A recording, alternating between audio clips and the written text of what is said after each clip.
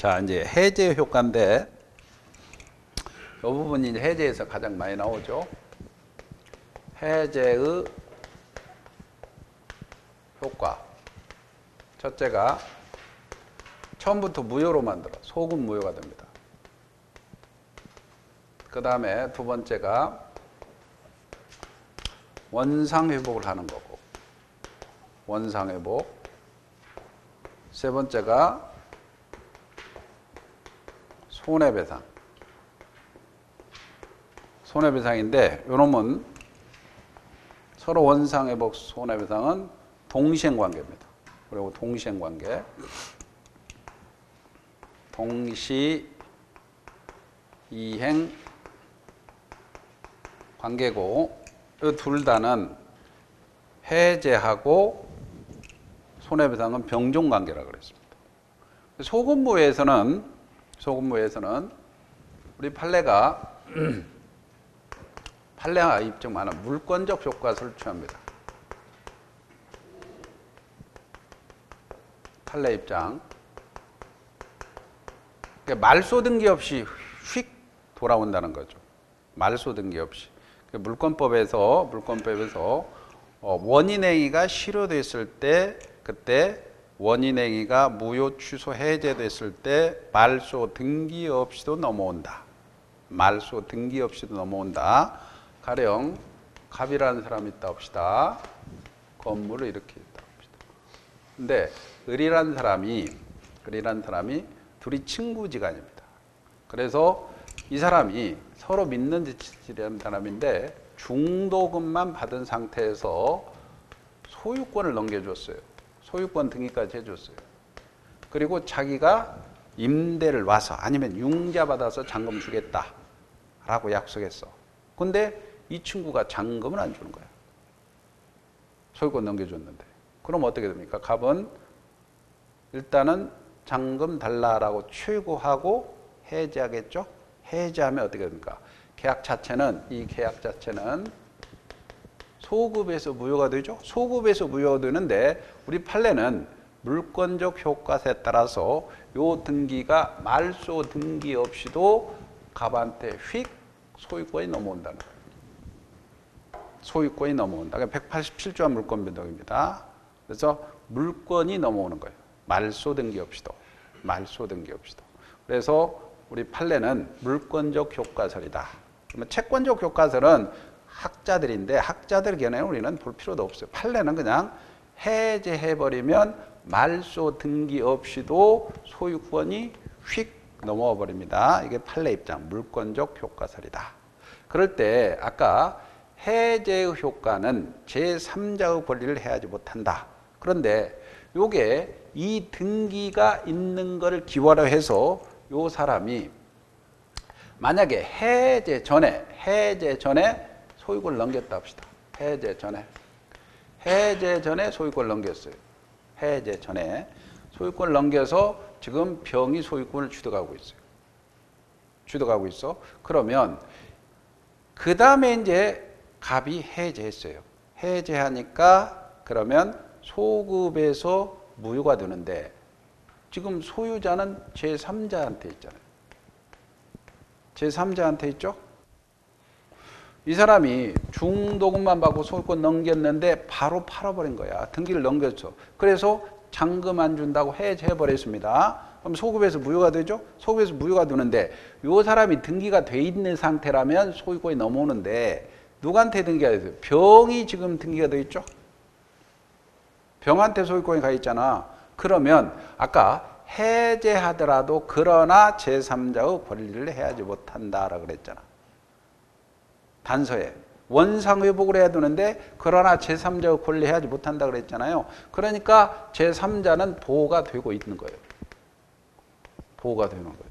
단서로서 548조 인항 단서에서 그러나 제3자의 권리를 해하지 못한다고 그랬죠. 그래서 판례 입장은 조금 무리가 가는데 왜냐하면 보세요. 판례 물권적 효과서를 그대로 딴 판례는 이 사람이 이렇게 소유권을 넘겼다 하더라도 이론상은 해제해버리면 소급에서 무효가 되잖아. 처음부터 무효니까 이 사람은 무권리자잖아요. 무권리자로부터 산 사람은 보호 안 돼야 되죠. 처음부터 무효가 돼버리니까. 이해가죠? 처음부터 무효가 되니까. 그러니까 판례는 요 규정을 이 사람 보호하기 위한 특별 규정으로 봅니다. 특별 규정이다. 548조 단서가. 특별히 보호하는 규정이다. 이렇게. 여기까지 이해가죠? 처음부터 무효가 되니까 무권리자한테는 산 사람은 보호 안 돼야 되는데 548조 1항 단서에서는 그러나 제3자 고를 해야지 못한다고 했으니 이거는 법이 특별히 보호하는 규정이다라고 봅니다. 그럴 때 이제 여기서 제3자를 해석하는 거야. 그러면 제3자는 해제 전에 산 사람은 우리가 비즈니스 통장 착오 사기 강박의 경우는 선의 제3자를 대항하지 못한다. 앞에 선이란 말을 묶어놨거든요. 모르는 사람으로. 근데 여기는 그냥 선악을 구분하지 않고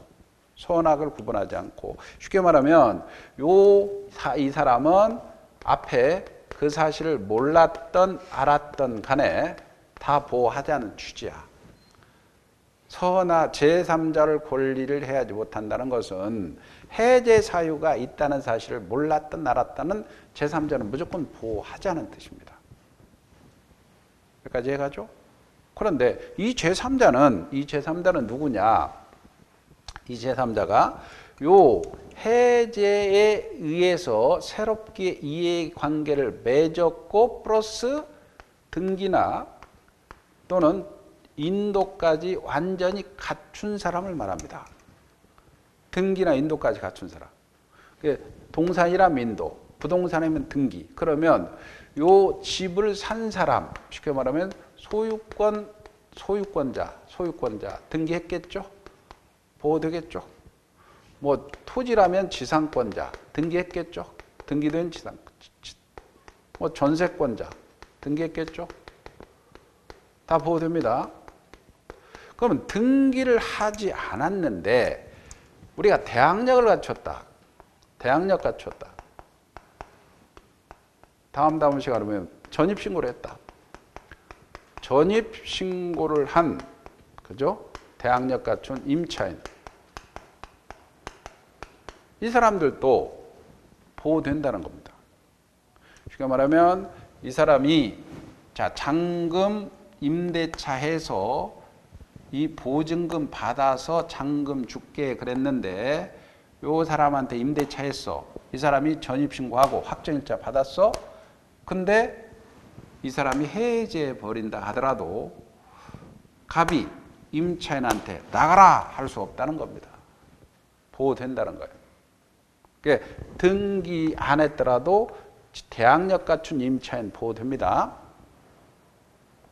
보호된다. 근데 또 목적물 자체에 저 집에 요 목적물에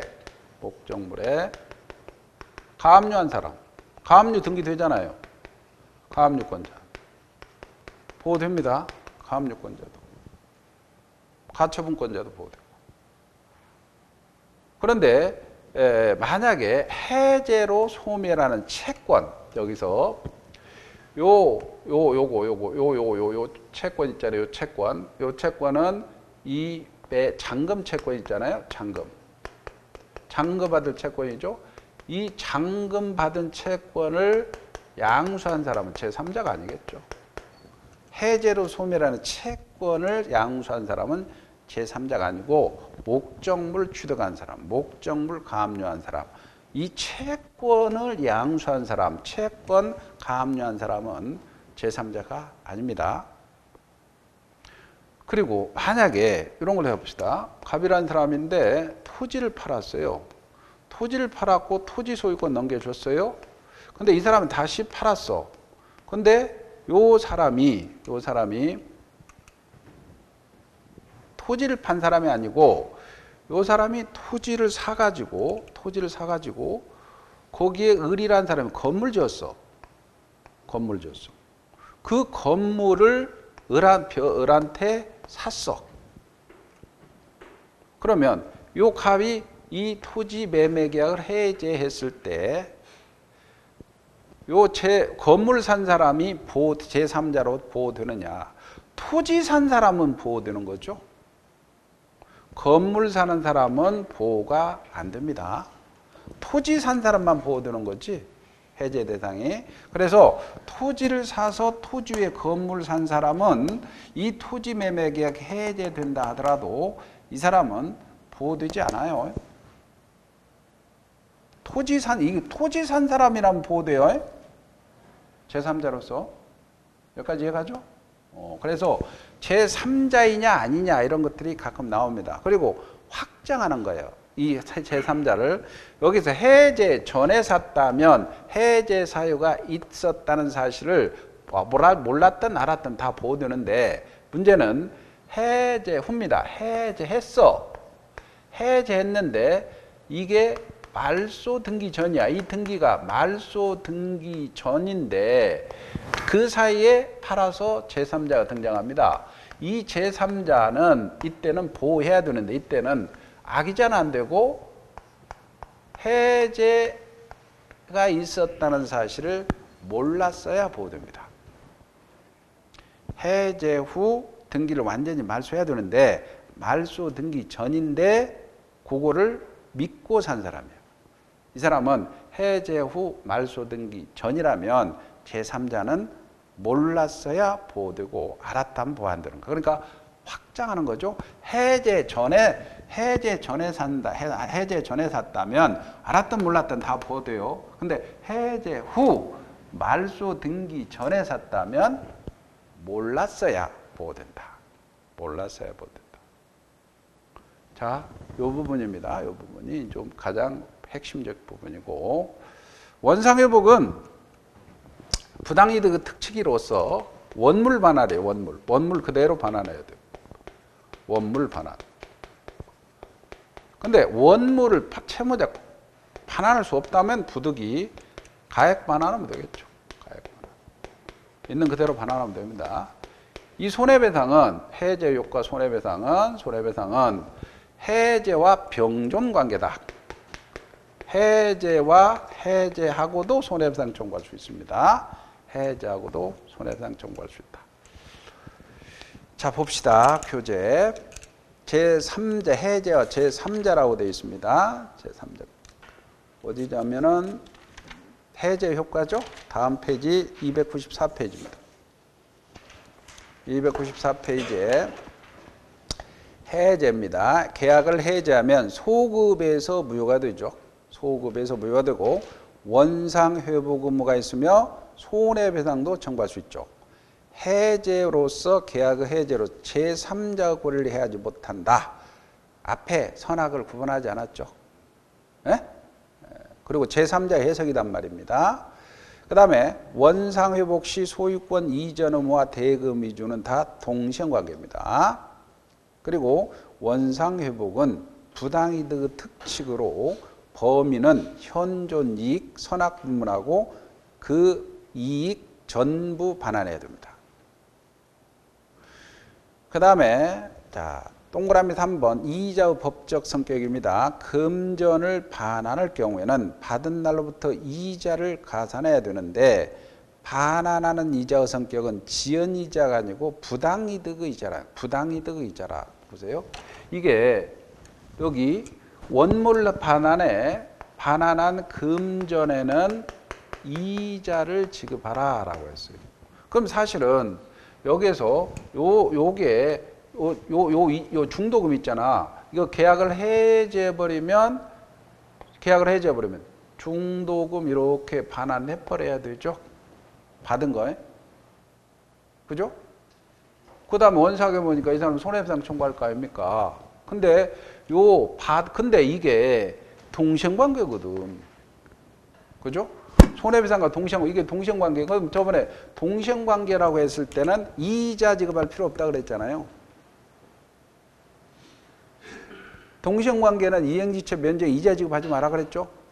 근데 받은 금전에 이거 반환할 때 여기다 이자 지급하래. 이자가 이행지체의 이자라면은 동시행관계가 논리 모순이죠.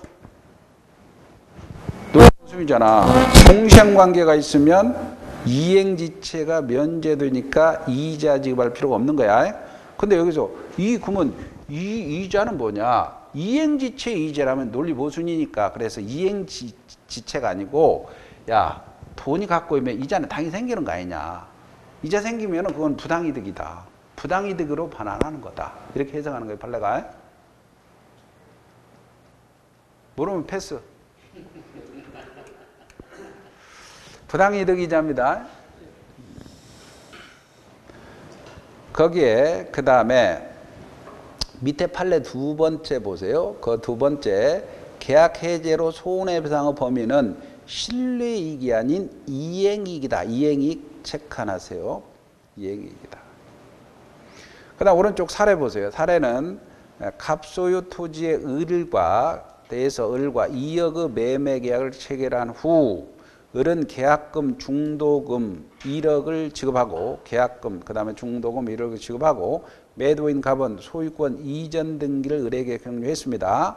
매수인의 잔금 미지급, 즉 채무불이행률로 갑은 계약을 해제하였습니다. 그러나 을명의 이전 등기 말소되기 전에 을은 제3자 병과 매매 계약을 체결하고 병에게 소유권이 이전했습니다. 그 보면 매도인 갑과 매매 계약을 하고 계약금을 매도인이 계약금 받았고 중도금도 받았고 그런데 멍청하게 갑이 등기를 먼저 해주죠.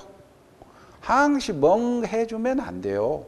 잔금 받으면서 등기해 줘야 되나. 근데 등기를 먼저 해줘 버린 거예요. 그런데 잔금 미지급을 이유로 지금 제가 채무 불이행으로 해제하는 거예요. 해제하는 건데 제3자. 자, 양과 동그라미 1번입니다. 물권적 효과서를 취하는 판례에 의하면 계약을 해제하면 소급에서 처음부터 무효가 되고 토지 소유권은 말소 등기 없이도 매도인 갑에게 당연히 복귀한다 그랬죠? 이해갑니까? 그 다음에 동그라미 2번입니다. 을의 소유권 이전 말소무와 갑의 대금 반환은 동시행관계입니다. 그리고 갑은 손해가 있으면 손해배상도 이행이익 범위에서 손해배상도 청구할 수 있죠. 동그라미 3번. 그러나 해제로서 제3자를 권리를 해하지 못합니다. 특별규정이라고 그랬죠. 따라 해제 있기 전에 을과 거래하고 등기나 인도를 완전히 권리를 취득한 제3자 병은 거래 안전을 보호하기 위해서 보호되죠. 근데 판례는 더 해제 후 말소 등기 전이라면 뭐만 보호한다? 선의만 보호한다 그랬어요. 예? 잘 나옵니다. 자, 넘겨보세요. 그 다음에 해제와 제3자의 보호입니다. 자, 양가로 1번입니다. 해제로 보호두는 제3자는 등기나 인도 등으로 완전히 권리를 취득한 자를 의미합니다. 쭉 내려옵니다. 동그라미 1번.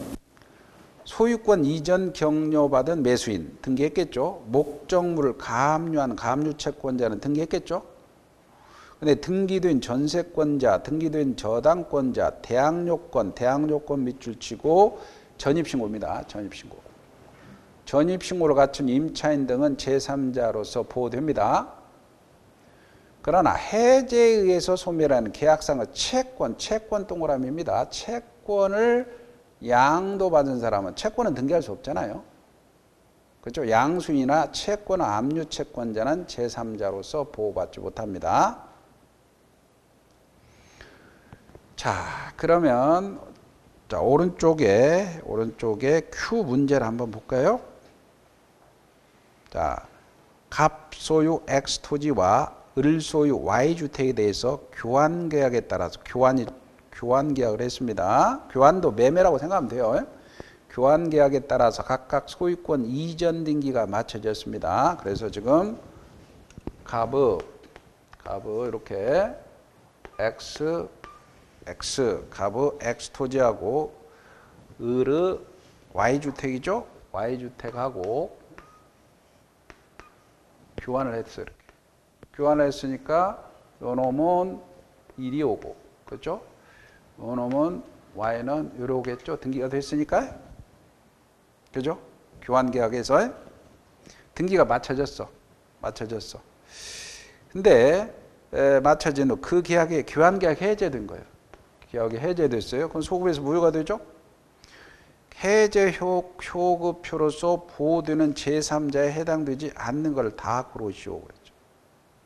등기나 인도까지 갖춘 사람이요. 자, 보면 해제 전에 을로부터 토지를 매서 이전 등기 격려 받은 자 등기했죠? 보호돼야 안 돼요? 되죠? 보호돼요? 니은 계약 해제 전에 을로부터 X 토지를 매수 그에 대한 소유권 이전 보호주를 가등기 등기됐죠? 가등기라도 등기됐죠? 보호됩니다. 디귿 계약 해제된 갑으로부터 Y주택 임차에서 대항력 갖춘 임차인 보호되죠? 전입신고한 임차인 보호되죠? 자, 니을 계약 해제된 X 토지상의 을의 신축 건물을 매수한 자. 건물 매수한 사람 보호돼야 안 돼요?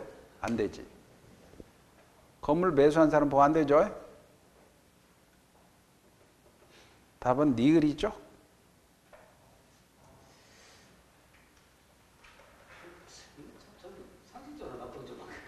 왜 안 가? 토지 산 사람이 보호돼야지. 토지 산 사람이 보호해야 되죠. 아니 보세요. 이 사람이 회복할 때 이 건물을 철거시켜야 되지 않겠어요? 별개의 건물인데. 건물을 지었을 때는 소유권이 그 땅이 이전에 넘어간 상태에서 건물을 지었어요. 지었더라도 요게 해제되니까 처음부터 무효가 되잖아. 처음부터가 무효가 되니까 자, 처음부터 무효되니까 이 사람 뭐 걸리자? 토지 신축 건물이니까. 자, 이거 이 사람 날비랑 나죠. 자, 그게 법입니다. 자, 넘기세요. 쭉 넘기시고. 그 다음에 쭉 넘겨보세요. 이 301페이지로. 그럼 저 건물을 지은 사람이 땅하고 토지를 같이 사버리면 되겠네. 여기라는 사람이 토지랑 건물을 같이 사버리면. 그건 또 별개의 문제죠. 예, 그건 아직 판례단 말이에요. 토지하고 같이 샀다면 토지는 보호되니까 이 사람이 만약에 그렇게 판례는 안 나왔지만 토지 건물 같이 샀어. 그럼 이 사람은 토지 보호되죠. 토지는 보호되잖아요. 토지 보호되니까 건물도 보호되는 결과가 되겠죠. 건물만 사면 문제가 돼요. 자, 그 계약의 해지입니다. 계약의 해지는 550조, 301페이지 보세요. 550조. 당사자 일방이 계약을 해지한 때는 장래요입니다. 장래요. 그래서 거기에 계약의 해지는 사실은 계약 해제는 해지는 이렇게 소급표가 없어요. 소급표가 없잖아요. 그래서 장래효입니다. 장래효. 다시는 청산의무가 있고요. 이렇게 쓰세요. 손해배상 문제가 발생합니다. 손해배상. 해지 효과는 소급표가 아닙니다. 이거 써놓으세요. 세 개. 청산의무 또는 정산의무도 합니다. 청산의무는 합니다. 손해배상. 해제 효과는 소급무효, 원상회복, 손해배상. 해지는 장래요. 그래서 조문 당사자 일방이 계약을 해지한 때는 장래에 대해서 효력을 잃어버립니다. 그 다음에 계약의 해제는 손해배상 청구에 영향을 미치지 않죠. 그리고 넘기시고 그 다음에 이제 넘기시고 계약 강론입니다. 매매 계약이 있습니다. 매매 계약. 여기서부터는 뭐 크게 매매 교환 임대차인데 매매를 봅시다. 거기 조문에 563조 많이 봤죠? 매매는 당사자 일방이 재산권을 상대방에게 이전할 것을 약정하고, 약정이죠?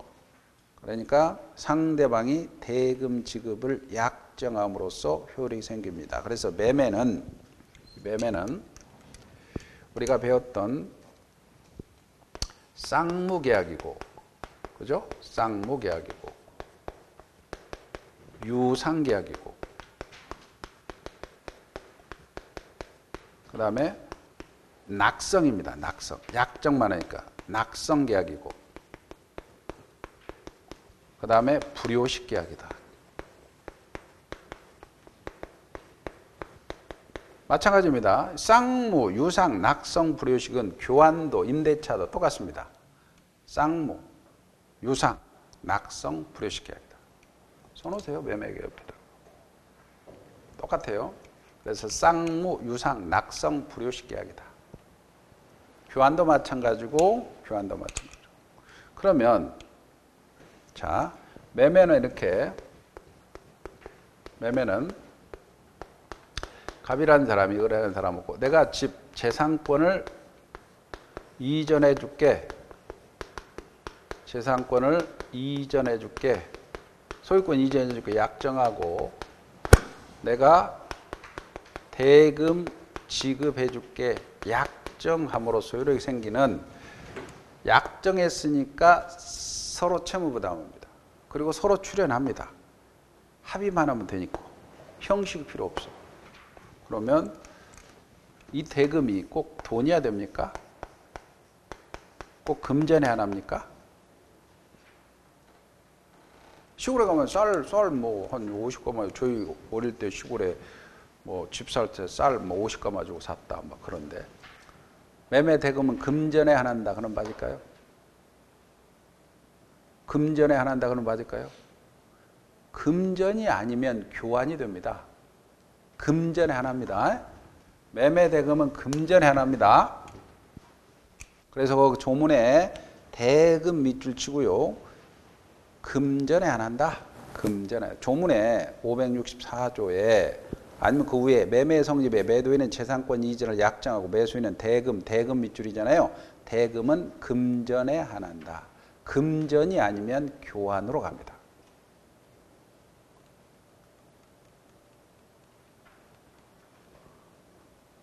그 다음 매매계약 효력은 568조를 보세요. 568조 그 밑에 매도인은 효력이 이제 약정했으니까 매수인에 대해서 그 매매의 목적이 된 권리를 이전해야 되죠. 이전해야 되고 등기해 줘야 된다는 거죠. 매수인은 매도인에게 대금을 지급해야 됩니다. 요거는 쌍방 의무는 특별한 약정이나 관습 동시행 관계단 말이에요. 동시에 해야 됩니다. 그 다음에 567조는 자 본절 밑줄 치고 매매 규정입니다. 매매 규정은 쓰세요. 매매 규정은 매매 이외 유상계약 밑줄 치고 우리가 배우는 것은 교환임대차라고 쓰세요. 교환임대차. 교환임대차에 갖다 씁니다. 준용한다. 요건 나중에 뒤에 연결이 될 겁니다. 담보 책임하고. 그 다음에 이제 자 성립하고 계약금이 있어요. 계약금은 가끔 나옵니다. 계약금.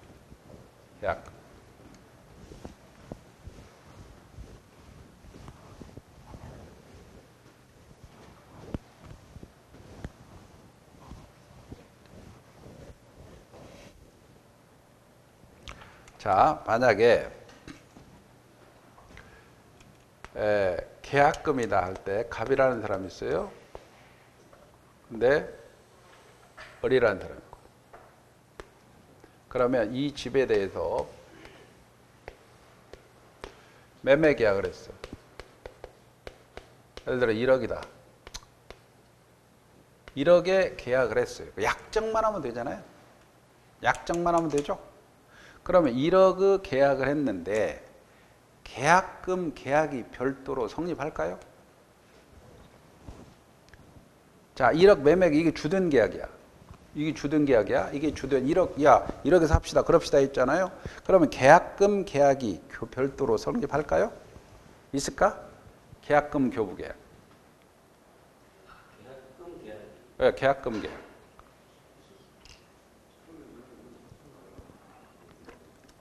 보세요. 1억에 합시다. 오케이. 그럼 계약금 얼마 주실래요?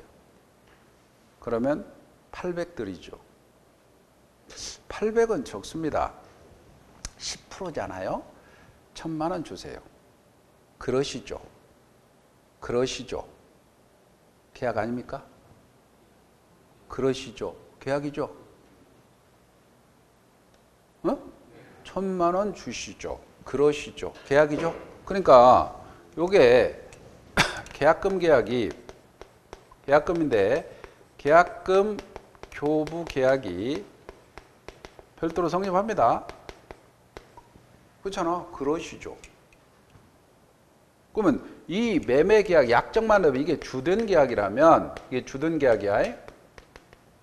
요놈은 거기에 더불어서 하는 종된 계약이겠죠. 무슨 계약? 종된 계약. 종된 계약이야. 그 다음에 자 100만 원, 즉 1000만 원 드리지요라고 약정하는 것은 안 된다는 거예요. 1000만 원을 실질적으로 지급해야 됩니다. 지급해야 되니까 요물 계약이야. 여기까지 이해가요? 1000만 원 지급받잖아. 물론 동시에 하지 않아도 상관없어. 그렇지만 1000만 원 받잖아요. 안 받아요? 계약금 받죠? 그게 요물 계약이야. 종된 계약이고, 그러나 동시에 할 필요는 없습니다. 나중에 해도 돼요.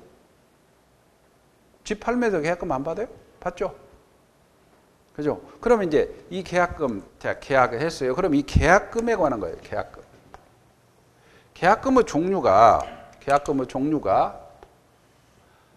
모든 계약금이 증거로서, 그렇죠? 증약금의 성격이 다 있다는 거예요. 증약금. 이거는 계약을 했다는 증거로서의 계약금입니다. 이거 모든 계약금에 다 있어요. 증약금. 그 다음에 두 번째 계약금이, 이제 두 번째가 해약금이라는 게 해약금.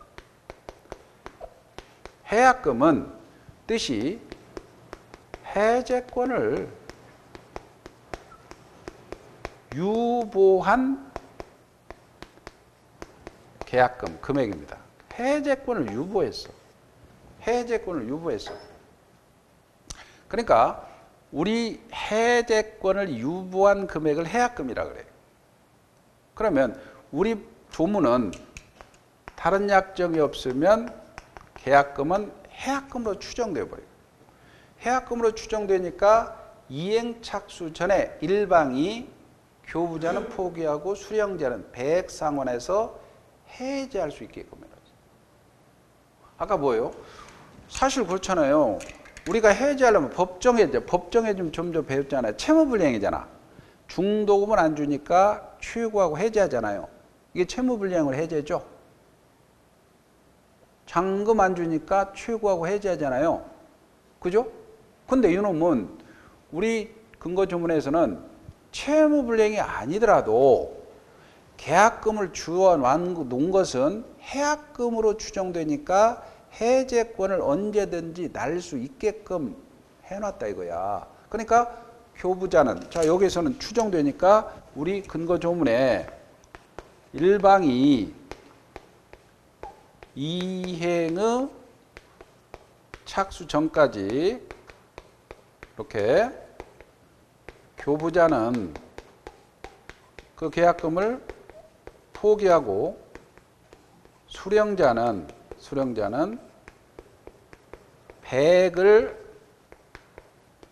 상환해서 언제든지 해지할 수 있대요. 계약금을 주어놓으면. 계약금을 해약금으로 추정되니까, 그러니까 뭐예요? 가격이 폭등했다. 그러면 언제든지 던져버릴 수 있죠. 네? 언제든지. 그러니까 가격이 폭락하고 그 다음에 폭등했을 때 사실은 계약을 버려버리는 일이 비일비재한 거예요. 왜? 요 규정 때문에. 계약금 주어놓고 포기해버리거나 배액 상환하거나 그럼 언제든지 해지할, 채무불이행 아니더라도 언제든지 해지할 수 있으니까. 그잖아요? 내가 계약금 주어놨는데 갑자기 막 떨어지네. 우리 그 아파트 분양계약 해보세요. 분양계약 해봐. 그럼 아파트 지금 현재 보세요. 아파트 지금 내가 계약금만 딱 해놔서 그 조금 아파트 계약을 해놨는데 이게 팔리질 않는다. 그럼 포기해버리면 되죠. 포기. 근데 문제는 중도금 주었으면 이제 빼도 박도 못하지. 그죠? 그게 중도금 지급이 이행의자, 중도금 지급이 요거 이행의 착수거든. 판례가 중도금 지급하는 게 이행의 착수거든. 중도금 지급해버렸어. 계약금만 지급 상태에서 포기해버리면 되지. 이해가죠? 그러니까 자, 일방이 이행 착수 전까지 교부자는 포기하고 수령자는 배액상환해서 해제할 수 있대요. 이게 해약금이에요. 해제권을 마음대로 날려버린 거예요. 그러니까 사실은 계약이 이행되는 경우가 가격이 폭락하거나 가격이 급등했을 경우는 그냥 이 규정으로 그냥 날려버리는 거야. 여기 이해가죠? 그럼 여기서 이건 이제 565조인데 일방의 이행 착수인데 여기 일방이라 그랬단 말이에요. 그러면 이게 이행 착수는 대표적인 게 중도금 지급이다. 중도금 지급. 그리고 만약에 이 사람이 갑이라는 사람이 등기 서류 딱 준비했어. 야, 등기소 가자 라고 했어. 이행의 착수입니다. 이행의 착수. 그래서 계약의 일부를 이행하거나 전제 행위를 하는 것은 쉽게 말하면 이행의 착수라는 것은 계약의 일부를 이행하거나 전제 행위를 하는 것을 이행의 착수인데 그냥 준비 행위는 이행의 착수가 아니다. 준비 행위다. 내가 은행에서 융자를 받으려고 융자 받을 준비를 딱 해놨어. 이건 이행 착수도 아니는 거죠. 이행 착수가 아닙니다. 그런데 일부 이행이 중도금 지급해버리는 거예요. 중도금 지급. 그럼 중도 지급해버리면 이제 계약을 이행해야 돼요. 이행 착수해버렸으니까. 그리고 아까 등기 서류 좀 판례입니다. 이게 이것도 등기 서류를 준비해서 등기소에 동행을 촉구한다. 이것도 이행의 전제 행위로서 이행의 착수라고 본다는 거예요.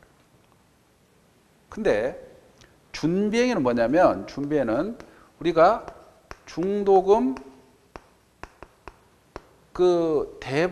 등부 대출 신청해 놨어요. 이건 준비지.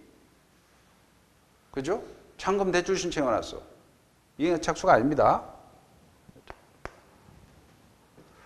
그리고 이행의 착수는 만약에 소송을 제기한다. 잔금을 안 주니까 잔금 지급하라고 소송을 제기했어. 이건 이행 착수가 아니야. 토지거래 허가구역에서 허가를 받았어. 토지거래 허가구역에서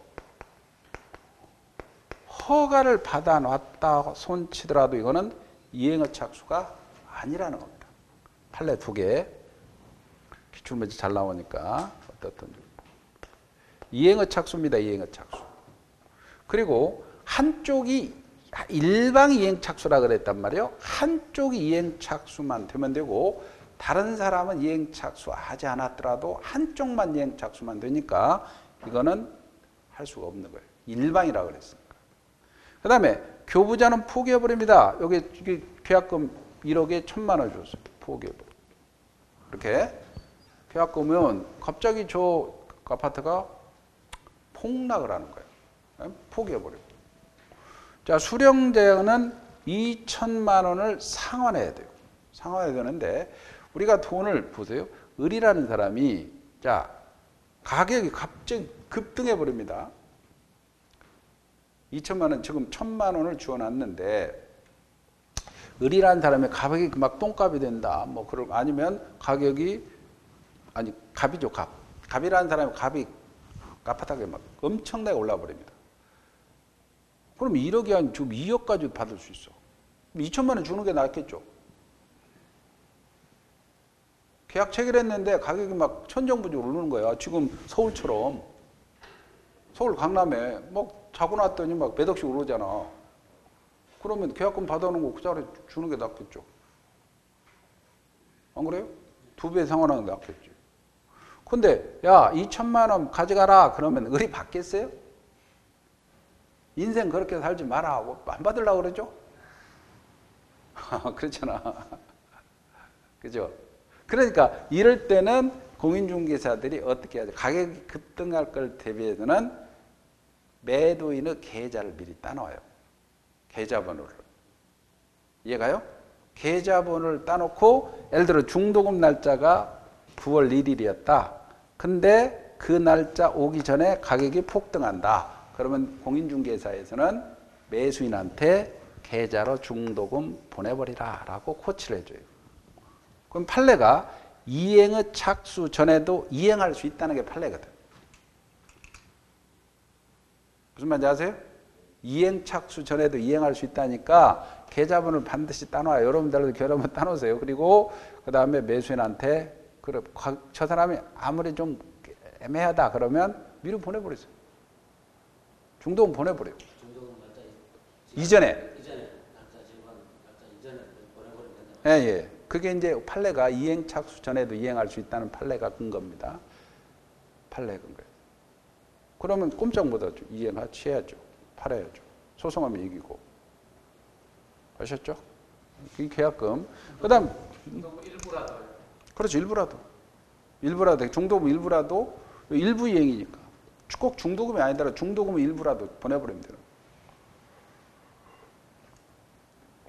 그다음에 이제 이 사람이 상환을 받아야 되는 상환 실질적으로 지급해야 되는데 안 받아. 그러면 사실 안 받으면 사실은 공탁을 해야 되거든요. 내가 돈을 안 받는다 하면 공탁이 있잖아. 근데 판례는 야 준비 다 해놓고 언제든지 특정돼 있으면 되는 거지. 이걸 뭐 공탁할 필요는 없다. 공탁까지는 필요 없다는 거예요. 판례가.